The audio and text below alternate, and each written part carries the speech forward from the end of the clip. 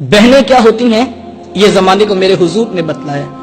आप जानते हैं हुजूर का ना कोई सका भाई था और ना कोई सकी बहन थी।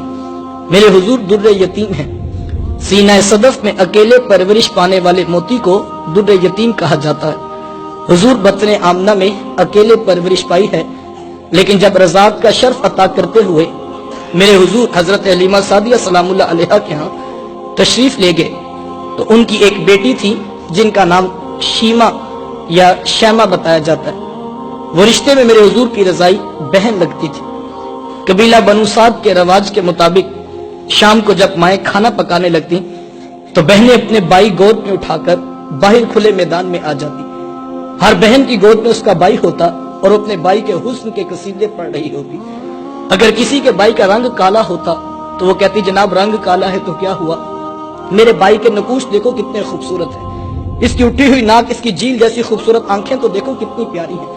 तो वो नकूश को मयारे हुस्न करार देती। और अगर किसी के भाई का रंग गोरा चिट्टा होता तो वो कहती, रंग नहीं तो कुछ नहीं, हुस्न तो होता ही सारा रंगत में है, मेरे भाई का रंग देखो कितना निखरा है। तो ये बहस मुबाहसा चल रहा होता और कोई बहन हार मानने को तैयार न होती। इतने में एक सम से हजरत शीमा अपना वीर मोहम्मद उठा के ले आती। कहती, जरा मेरे वीर का मुकाबला भी तो करो ना। वो कहती, नहीं शीमा, तेरे वीर का मुकाबला तो नहीं ना, तेरा तो सारों का सरदार लगता है।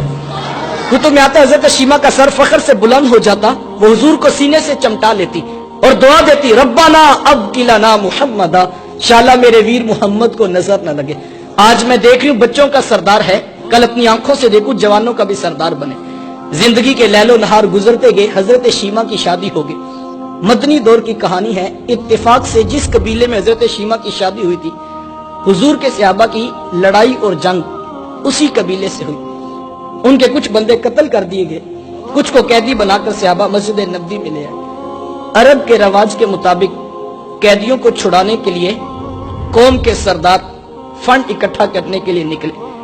हर दरवाजे पे जाकर दस्तक देते और फंड मांगते।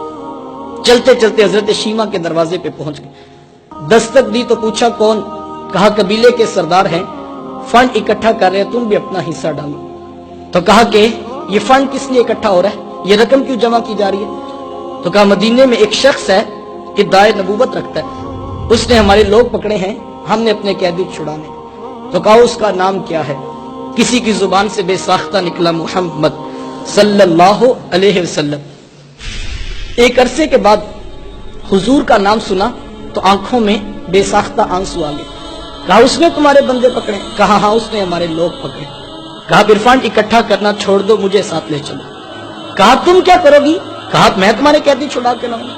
कहा तुम उसे जानती हो। कहा हाँ हाँ, तुम्हें नहीं पता, वो मेरा बचपन का वीर लगता है, वो मेरा भाई लगता है, मैं तुम्हारे कैदी छुड़ा के लाऊंगा। हजरत शीमा कबीले के सरदारों को साथ लिया, हुजूर के खैमा नूरी की तरफ सफर शुरू किया।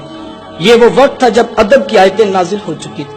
खबरदार मेरे रसूल की आवाज से आवाज भी ऊंची न करना, वरना जिंदगी की सारी कमाई गारत करके रख दूंगा। मेरे महबूब की चौखट पे आना चाहते यूं ही उठ के ना आ जाओ, बल्कि पहले घर जाओ, कोई चीज लो, फिर बाजार में आओ, कोई फकीर तलाश करो, उसको सदका करो, फिर मेरे महबूब की चौखट पे आओ। तुम्हें पता लगे तुम किस अजीम बारगाह में हाजिरी के लिए जा रहे हो। सहाबा नंगी तलवारों से दरे हबीब पे पहरा दे रहे थे। हजरत शीमा इस ख्याल से कि मैं अपने भाई और वीर को मिलने जा रही हूं, जब आगे बढ़ना चाहा तो पहरेदारों ने तलवारें सौंप दी।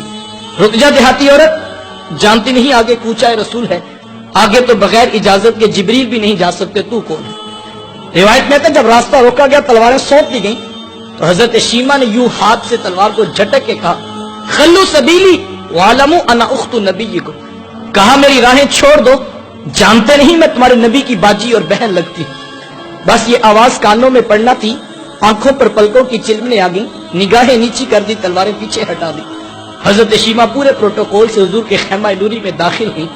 मेरे हुजूर जब बहन को आते देखा, हुजूर उठकर इस्तकबाल किया, मरहबा कहते हो, खुशामदीद पेश करते हो, फरमाया मेरी बहन आज किधर को आना हुआ।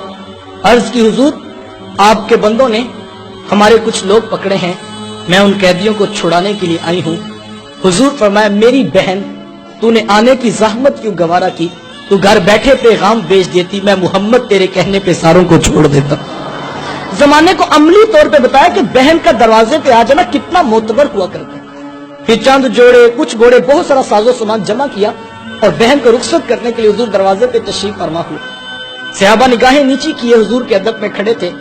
تو حضور میں صحابہ جب بھی قیدی چھوڑا کرتا ہوں پہلے تم سے مشاورت ضرور کیا کرتا ہوں. آج پہلا موقع ہے، قیدی بھی چھوڑ رہا ہوں اور میں نے مشورہ بھی نہیں کیا ہے. عرض کی اے بندہ نواز، آپ مالک کل کائنات ہیں، آپ جو چاہیں کریں. ہم کون ہوتے ہیں درمیان میں مشورہ دینے والے؟ لیکن حضور اتنا تو بتائیے آج کون سی خاص بات تھی کہ آپ نے مشورہ کرنا بھی ضروری نہیں سمجھا ہے؟ سنو بھائیو، اللہ کے رسول نے کیا ارشاد فرمایا. حضور میں صحابہ، آج میرے دروازے پہ میری بہن آ گئی تھی، اور جب بہنیں دروازے پہ آ جائیں اللہ کا رسول انہیں خالی نہیں موڑا کرتا. اچھی بات دوسروں تک پہنچانا صدقہ جاریہ ہے. ویڈیو زیادہ سے زیادہ شیئر کیجیے.